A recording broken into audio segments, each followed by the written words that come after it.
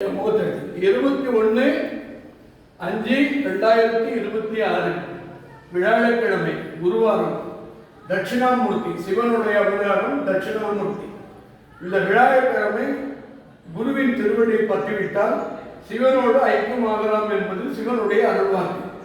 இப்போது இந்த உலக மக்களுக்காகவும் சிவன் அடியார்களுக்கும் சிவ தொண்டர்களுக்கும் சிவ பக்தர்களுக்கும் ஆனந்தமாக வாழ்வதற்காக ஒவ்வொரு பிரச்சனைகளை தீர்வதற்காக இந்த பால் அபிஷேகம் சிவனுக்கு சமர்ப்பணம்.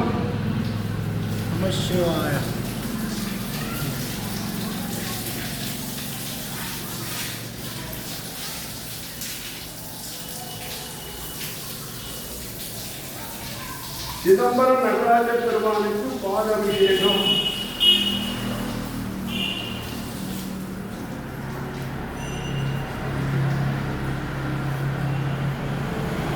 மகாசக்தி பத்ரகாளியம்மனுக்கு தேன் அபிஷேகம் பால் அபிஷேகம். ஞானகுரு வடலூர் பெருமானுக்கு பால் அபிஷேகம். மகாசக்தி பத்ரகாளியம்மனுக்கு பால் அபிஷேகம்.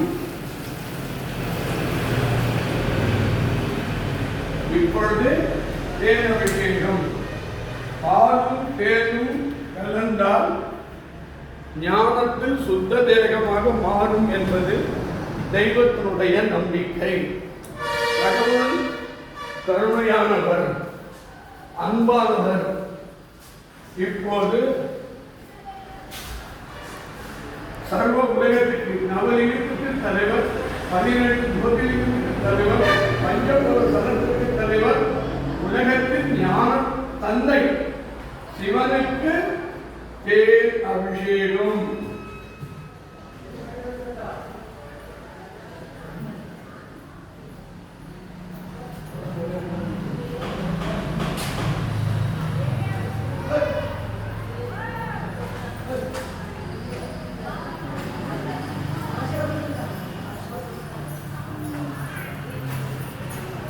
ஞான தந்தை, ஞானத்துக்கு தலைவர் சிதம்பரம் நடராஜ பெருமானுக்கு தேன் அபிஷேகம்.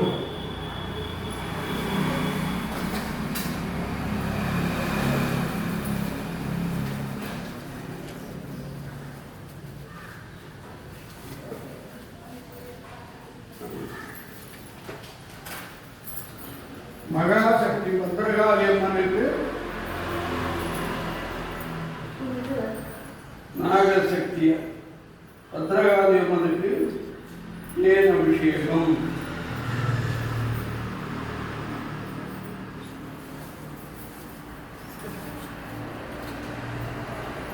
ஞானகுருவுக்கு தேன் அபிஷேகம்.